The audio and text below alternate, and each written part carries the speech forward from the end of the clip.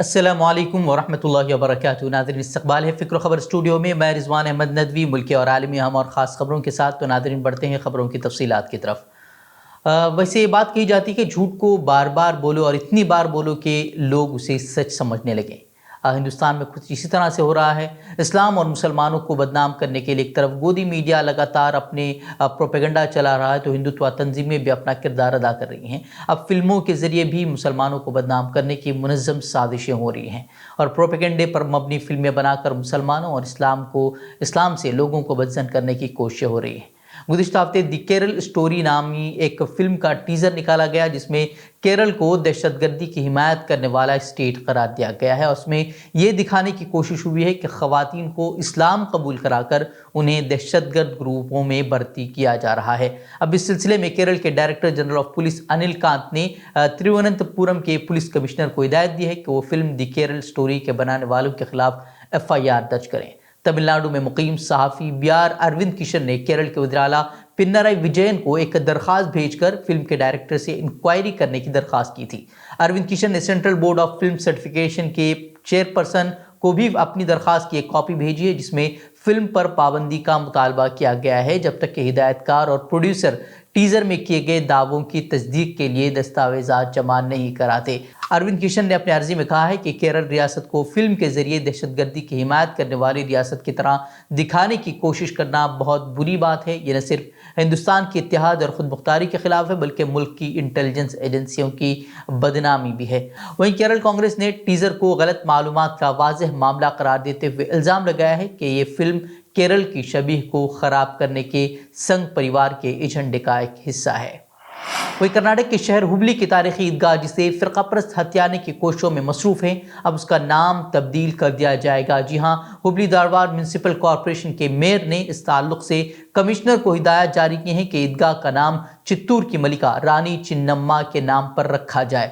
इस हवाले से फैसला गुज़िश्ता हफ्ते मुनाक़िदा मीटिंग में किया गया है, जिसके बाद मेयर ने ये हिदायत दी हैं। और इससे पहले भी अगर बात की जाए तो BJP के काउंसलर संतोष चौहान ने यह करारदाद कॉरपोरेशन में पेश की थी। उन्होंने दावा किया था कि ग्राउंड का फ़िलहाल कोई सरकारी नाम नहीं है, इसलिए उसे एक सरकारी नाम दिया जाना चाहिए, जिसके बाद इसको रानी चिन्नम्मा के नाम पर उसका नाम रखे जाने की अब बातें सामने आ रही हैं।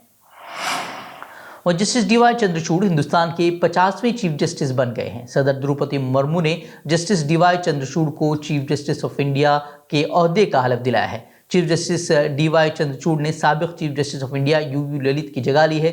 जस्टिस ललित की बतौर CJI 74 दिन की मुख्तसर मुद्दत थी, जो कि 8 नवंबर यानी कि कल ख़त्म हो गई है। अब जस्टिस चंद्रचूड़ 2 साल यानी कि 10 नवंबर 2024 तक CJI रहेंगे। जस्टिस चंद्रचूड़ हिंदुस्तान के 16वें चीफ जस्टिस YV चंद्रचूड़ के बेटे हैं। उन्हें 29 मार्च 2000 को मुंबई हाई कोर्ट के एडिशनल जज के तौर पर मुकर्रर किया गया था।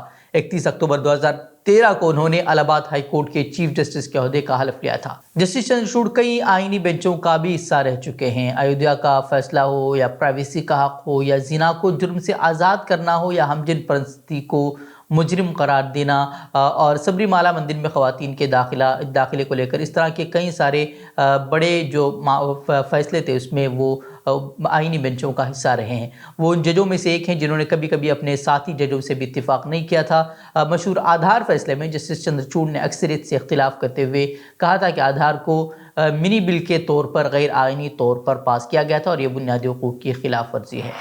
इलाहाबाद हाई कोर्ट आज वाराणसी की ज़िले अदालत के उस फैसले के खिलाफ दायर अर्जी पर समाअत करेगा, जिसमें ज्ञानवापी मस्जिद के अहाते में पूजा करने का मुतालबा करते हुए दरख्वास्त दायर की गई थी। वाराणसी की ज़िला अदालत ने उस अर्जी पर फौरी समाअत से इनकार कर दिया था, जिसके बाद अर्जी गुजारों ने इस फैसले को इलाहाबाद हाई कोर्ट में चैलेंज किया है। ख्याल रहे कि ज्ञानवापी मस्जिद के अहाते में पूजा की इजाज़त देने की अर्जी वाराणसी की ख़वातीन वकला ने दायर की थी और अर्जी गुजारों ने फरीक़ैन को नोटिस दिए बगैर मामले की फौरी समाअत करने की अपील की थी। मध्य प्रदेश की जिन सड़कों को वज़ीर आला शिवराज सिंह चौहान अमेरिका की सड़कें बता रहे थे, अब मरकज़ी वज़ीर बराए सड़क ट्रांसपोर्टेशन नितिन गडकरी ने वहाँ की सड़कों की खस्ताहाली को लेकर आवाम से माफ़ी मांगी है। दिलचस्प बात यह है कि वज़ीर आला शिवराज सिंह चौहान भी उस तकरीब में शिरकत कर रहे थे जब उन्होंने इस तरह की बातें कही। दरअसल उन्होंने माफ़ी मांगते हुए कहा कि मध्य प्रदेश में उन्होंने सड़क की हालत इंतहाई ख़राब देखी और उससे उन्हें जो है वो बहुत मायूसी हुई। थोड़ा सा मुझे दुख भी है और दर्द भी है اور مجھے اس میں کوئی کم پناہ نہیں لگتا کہ اگر غلطی ہے تو اس کے لیے معافی بھی مانگنی چاہیے۔ آپ کا جو منڈلا سے جبل پور روڈ ہے، اس میں بریلا سے منڈلا یہ 400 کروڑ کا 63 کلومیٹر 2 لین پیو شولڈر کا جو کام ہو رہا ہے، اس سے میں سنتشٹ نہیں ہوں۔ وہ جس طریقے سے نتن گڈکری نے معافی مانگی ہے، اس نے وزیر اعلیٰ کو پوری طرح سے غلط بھی ثابت کر دیا ہے، جس میں انہوں نے مدھیہ پردیش کی سڑکوں کا موازنہ امریکہ کی سڑکوں سے کیا تھا۔ وہیں نتن گڈکری نے خراب سڑک کی وجہ سے عوام کو ہوئی پریشانی کے لیے ناراضگی کا بھی اظہار کیا۔ گڈکری کی صاف گوئی انہیں اکثر بی جے پی کے اندر مشکل میں ڈال دیتی ہے۔ منگل کو انہوں نے کہا تھا کہ ملک سابق وزیر اعظم منموہن سنگھ کا مقروض ہے، جنہوں نے 2004 اور 2014 کے درمیان 2 کانگریس حکومتوں کی قیادت کی تھی۔ وہ گجرات انتخابات کے لیے ریاست کے دورے پر پہنچے ایم چیف اسد الدین اویسی کے ٹرین پر پتھراؤ سے متعلق پارٹی کے دعوے کو گجرات ریلوے پولیس نے غلط ٹھہرا دیا ہے۔ ریلوے پولیس نے کہا ہے کہ بغل کی لائن سے دوسری ٹرین گزرنے کے سبب ایک پتھر اچھل کر وندے بھارت ایکسپریس کی کھڑکی سے ٹکرا گیا اور اتفاق سے اویسی اسی بوگی میں سفر کر رہے تھے۔ اور اس سے قبل ایم ترجمان وارث پٹھان نے الزام عائد کیا تھا کہ جب پارٹی لیڈر اسد الدین اویسی وندے بھارت ٹرین میں احمد آباد سے سورت کا سفر کر رہے تھے تو اس کوچ پر پتھراؤ کیا گیا جس میں اویسی بیٹھے ہوئے تھے۔ انہوں نے الزام بھی عائد کیا تھا کہ یہ حملہ ایم لیڈر کو چوٹ پہنچانے کے لیے کیا گیا تھا، لیکن اب ریلوے پولیس نے اس طرح کے الزامات کی تردید کی ہے۔ اور مرکزی حکومت نے 4 سال سے زائد عرصے کے بعد لاء کمیشن آف انڈیا تشکیل دے دیا ہے۔ کرناٹک ہائی کورٹ کے سابق چیف جسٹس ریتو راج اوستھی کو 22ویں لاء کمیشن کا چیئرپرسن مقرر کیا گیا ہے۔ لائیو لاء کے مطابق یہ کمیشن 31 اگست 2018 سے خالی تھا، جب اس کے 21ویں چیئرپرسن سپریم کورٹ کے سابق جج BS چوہان اپنے عہدے سے ریٹائرڈ ہوئے تھے۔ لاء کمیشن کا کام تحقیق کرنا اور مرکزی حکومت کو قانونی اصلاحات پر مشورہ دینا ہے۔ جسٹس اوستھی نے کرناٹک ہائی کورٹ کے اس بینچ کی سربراہی کی تھی جس نے 15 مارچ کو حجاب پر پابندی کے کیس میں فیصلہ سنایا تھا۔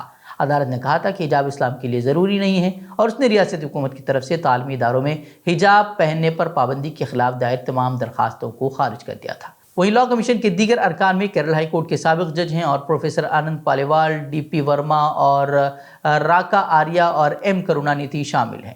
اکتوبر 2009 میں جسٹس سنکرن نے مرکزی حکومت اور کیرل حکومت کو لو جہاد کے مبینہ واقعات کی تحقیقات کرنے کی ہدایت کی تھی۔ وہیں اب کینیڈا کے وزیر اعظم جسٹن ٹروڈو نے چین پر ان کے ملک کے انتخابات میں مداخلت کرنے اور جمہوریت کے ساتھ خطرناک کھیل کھیلنے کا الزام عائد کیا ہے۔ جسٹن ٹروڈو نے کہا کہ ہم نے اپنے انتخابی عمل اور ہمارے نظام کی سالمیت کو مضبوط کرنے کے لیے اہم ترکیب اختیار کیے ہیں اور اپنی جمہوریت اور اداروں کو غیر ملکی مداخلت سے بچانے کے خلاف لڑائی ہم جاری رکھیں گے۔ اس طرح کی بات انہوں نے کہی۔ ٹروڈو نے یہ بھی کہا کہ بدقسمتی سے چین سمیت کئی دیگر ممالک ہمارے اداروں اور ہماری جمہوریت کے ساتھ جارحانہ کھیل کھیل رہے ہیں۔